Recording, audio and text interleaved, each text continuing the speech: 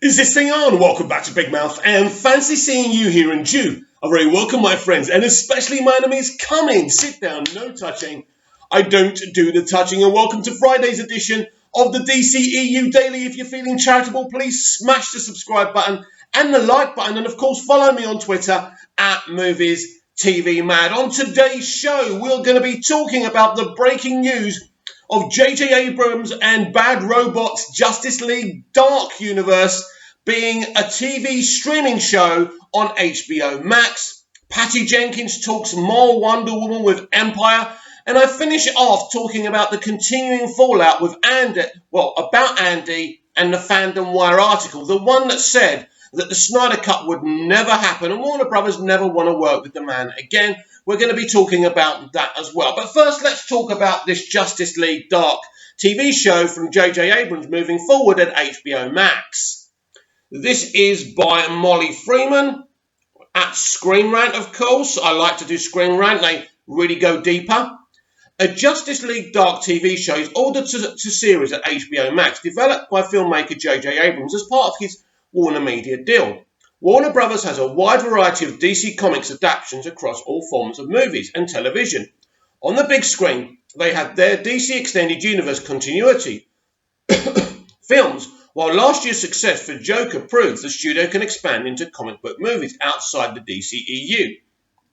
On television, there's the CW Arrowverse, as well as the lineup of shows on the DC Universe subscription platform. And when HBO Max launches later this year, that will be another home for new DC content. Previously, HBO Max announced some DC Comics adaptations, including the upcoming Green Lantern TV show. It was also reported earlier this year that Abrams was developing his own DC projects, including movies and TV shows based on Justice League Dark. Now, at least one of those projects is officially moving forward. A Justice League Dark TV show is one of three developed by Abrams and his production company Bad Robot that received straight-to-series orders from HBO Max. No story or character details were revealed about Justice League Dark series, so it's unclear what the show will be about or even which comic book characters will appear. In addition to Justice League Dark, HBO Max ordered a series set in Stephen King's The Shining Universe titled Overlook. That is very excited. Definitely a video for another time, but definitely HBO Max are going to have some great variety of content. And an original drama called Duster. That's not going to be about polishing, is it? Anyway, yes, bad joke. As their name suggests, Justice League Dark is made up of DC Comics superheroes who handle situations that are darker and more mystical than the Justice League is used to. The team has appeared in animation before, though. There have been attempts to adapt Justice League Dark to film. Those projects have stalled. Most well known is Guillermo del Toro's Justice League Dark movie, but he eventually moved on from the project. Various characters from Justice League Dark have shown up in other live-action movies or TV shows, with John Constantine being adapted to both 2005 movie and the short-lived NBC TV show starring the amazing Matt Ryan, by the way. That was a crime what they did to that show. Shoved it on the funeral parlour that is Friday nights. You know, Ryan was amazing. Matt Ryan's Constantine found a second life in the Arrowverse DC Universe, also developed at Swamp Thing TV show that was setting up for a Justice League Dark team, but it was cancelled after one season. That is a mystery. It's unclear if either Constantine or Swamp Thing will appear in Abrams' Justice League Dark show. I think they will. But they are regulars on superhero team's roster. Additional characters included in the original lineup are Zatanna, Madame Xanadu, Deadman, and Shade, the Changing Man, while other heroes to join the team at various points include Man-Bat, Etrigan, the Demon, and Black Orchid. As such, there are plenty of characters who could appear in this Justice League Dark series, but perhaps the ones fans would most like to see are Constantine and Swamp Thing and Zatanna. Yeah, it's got to start off with those three. Those three have got to head it, or don't bother doing it. While we may not know much about Abrams' Justice League Dark TV show yet, the series is now moving forward at HBO Max, and hopefully more details will be revealed. Yes, I think once this virus is done with and this pandemic is out the way, we'll be hearing a lot of exciting things about this Justice League Dark TV show. But it's not just a Justice League Dark TV show, is it? This is going to be a television streaming franchise. We'll have Justice League Dark. We may even get John Constantine back in his own show. because on streaming, ratings don't matter. But you're not telling me that people don't want to watch a John Constantine TV show. It's been rumoured for a while now that Keanu Reeves will reprise his role as Constantine in a movie franchise, continuing from his original movie. I'm up for that. But Ryan was amazing as John Constantine, right? Brilliant. Matt Ryan was amazing. He's amazing in Legends of Tomorrow. And in the Arrowverse cameo, the Arrow TV show cameo he had in one episode, he just knows how to play. It's not difficult for Matt. He's amazing. So hopefully Matt is involved with this Justice League Dark TV show, because if he's not, it will be the dumbest thing that JJ's ever done. And I know that JJ's a very smart man. So looking forward to that. I'm expecting a bigger DC universe, an expansion over at HBO Max.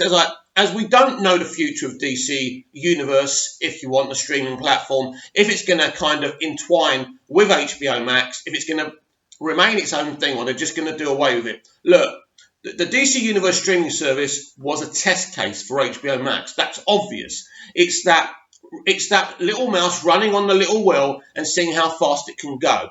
I have no problem, but I think it's a great platform and it should continue. And I do expect it to kind of merge with HBO Max, which will make HBO Max an even more powerful situation. So unlike what most bloggers and YouTubers are saying, that won't be a negative thing. But I'm very excited about this Justice League Dark situation, and I can't wait to see what JJ and Bad Robot have got planned. Yes, as you know, I have seen a test screening of Wonder Woman 1984, but Patty Jenkins and Gal Gadot have been talking to Empire as they did a full spread, as we already know. I can't wait to have a copy of that so we can read it here together on the DCEU Daily and my channel, Big Mouth. So I follow this account called Hype for Wonder Woman 84 and Tennant, right? I think she's a female. Go follow her. Very obsessed, very obsessed. Had a few arguments with her about whether Wonder Woman 84 should be on streaming or straight to cinema, but we'll see about that. So this is some of the stuff that's been said by Patty. She still loves people since she's very kind and compassionate, since she wants to help people, but under the radar because she's afraid of losing them. So no new friendships until Bruce Wayne and Arthur Curry and Barry Allen and Victor Stone and Clark Kent in JL. So that's something she says. So those friendships, she did make them, but she hasn't made these friendships in Wonder Woman 1984. Diana continues to perform heroic acts in the 1980s, even doing her best not to be recognised. She does not want to have new relationships or friendships because she's afraid of losing them. So that's very interesting as well, actually. So it goes on to say that Wonder Woman 1984 is a very dark, compelling movie with great action. There will be humour, but this is not a light and fluffy movie. So the whole idea, and I've explained, look, this is quite funny because people don't believe I've actually seen this film or a 90-minute test screening. I literally did a reaction stroke little review, non-spoilery, the other day. It literally, Patty reiterates what I've already said, but I'll tell you again. Basically, Wonder Woman 1984 starts off with Diana in the 80s. She's in Washington. She's working in a kind of museum-y kind of place, and she's doing heroic acts, but she doesn't want to form relationships. The thing with Steve Trevor broke her heart, right? So she's just living on her own. She's very lonely. Then she meets Barbara Manova, and they become friends. And ultimately, what Patty is saying, and what I've told you as well, Barbara Manova's story is a very compelling, emotional, heartbreaking story because she's this eccentric, lonely young woman who makes friends with another eccentric, lonely young woman. They become really good friends. But when she gets the powers and abilities of Cheetah, that heartbreakingly changes, and Wonder Woman, a.k.a. Diana, and Barbara Manova, a.k.a. Cheetah, become enemies. And that's going to be a very emotional, sad situation. And that's done really, really well. So in brief, Wonder Woman 1984, and this is straight from Patty Jenkins' mouth, dark, compelling, emotional, heartbreaking movie. And Diana, a.k.a. Wonder Woman, when we see her, is saving people, but she's steering clear of relationships and friendships until she meets Barbara Manova, who ultimately becomes Cheetah. They start off as friends, become enemies, just like the Clark and Lex thing in Smallville. It is very emotional. It is very well done. I can't wait for you lot to see it. And I've only seen a 90-minute version. I haven't seen the full proper vision of Patty Jenkins and Jeff Johns. So I'm very, very excited about this film. It's very clear that Jeff Johns was very much involved in the building, should I say, in this film, along with Patty. He was her eyes and ears. She was happy to have him there. So people are saying that he's not involved in the DCEU anymore. That is simply not true. And I'm excited for us to see the full vision of this movie. And we're going to get more marketing, even with the pandemic. Don't think that's going to stop them. So I'm excited for its August release. Is it now? So bring that on. Right. As we know, there's been massive claims from this guy, Andy, I forgot his surname, from Fandom Wire. He claimed the other day in an article and in a YouTube video that, he claimed in a YouTube video and an article that Warner Brothers have no intention of releasing the Snyder Cut or working with Zack ever again. These are his claims, not mine. He said that there'd been talks back in November, December, but they'd fallen down because they didn't want to spend another penny on it. They wanted to release it as is, which is actually true. That information is already out there. He didn't tell us anything new. Warner Brothers, according to him, felt bullied and intimidated by Zack and the fans for constantly getting at them to release the Snyder Cut. That, of course, is absolute nonsense. So ultimately, this guy was getting his red rag over on Twitter. He goes, "Come on, Snyder fans, let's have a constructive conversation." But of course, not on Twitter where it's all free. Come over to YouTube and make me some money. This guy was blagging us. He was blagging everyone, right? And yesterday, he sucked John Aaron Garza, a prominent figure in the Release the Snyder Cut movement. Now, John made a post quoting what Senator Finch said in Batman v Superman, that we talk to each other. Come over to YouTube and let's talk about it. And I told John this. I said, John, we can talk to each other here, but if you want to make some money for yourself over on YouTube with this guy, good luck to you.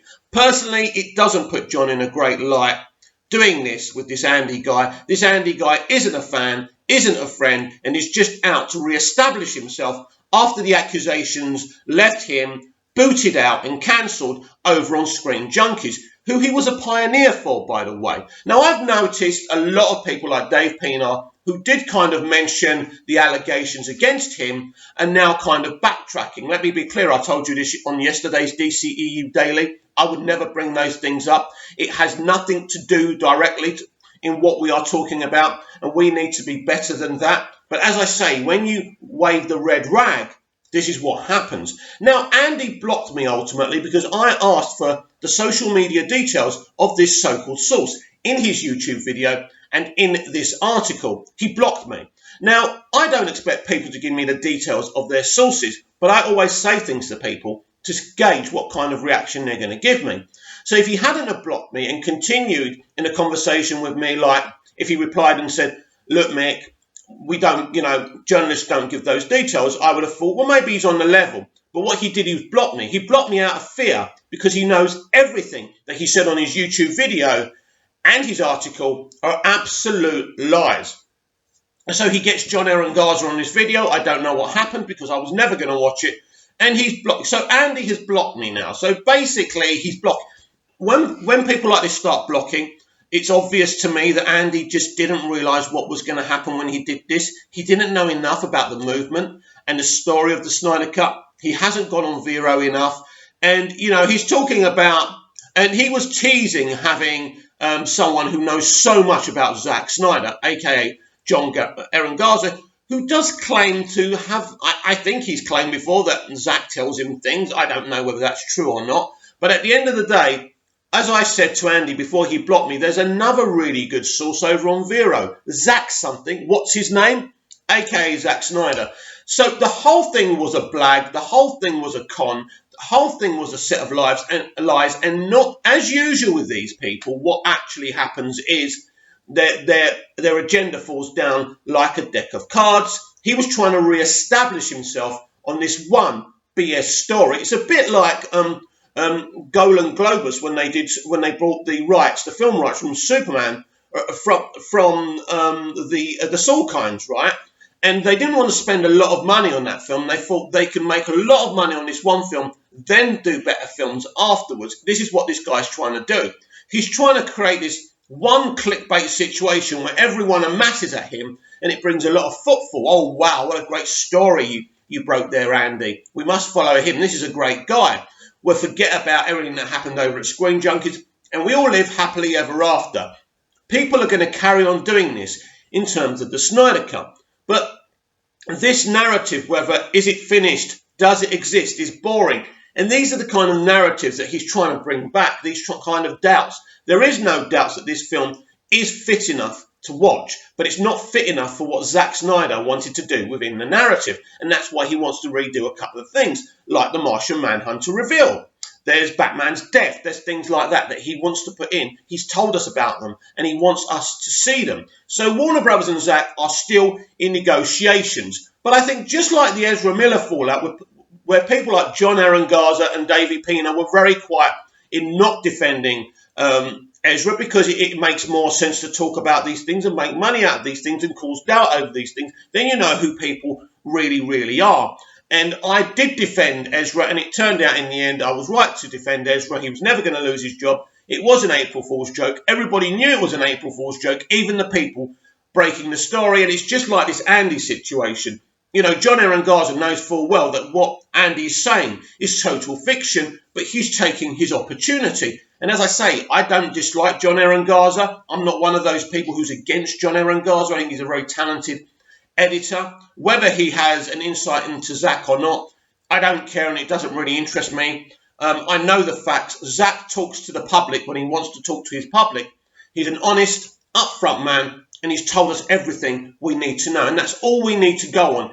Everything else is background noise. It's now a situation where Warner Brothers have seen the money and seen the light that could potentially come from a Snyder Cut release. Talks are ongoing. This will happen. Comment down below. Like, share and subscribe. I'll be back tomorrow with even more DCEU Daily. See you again soon.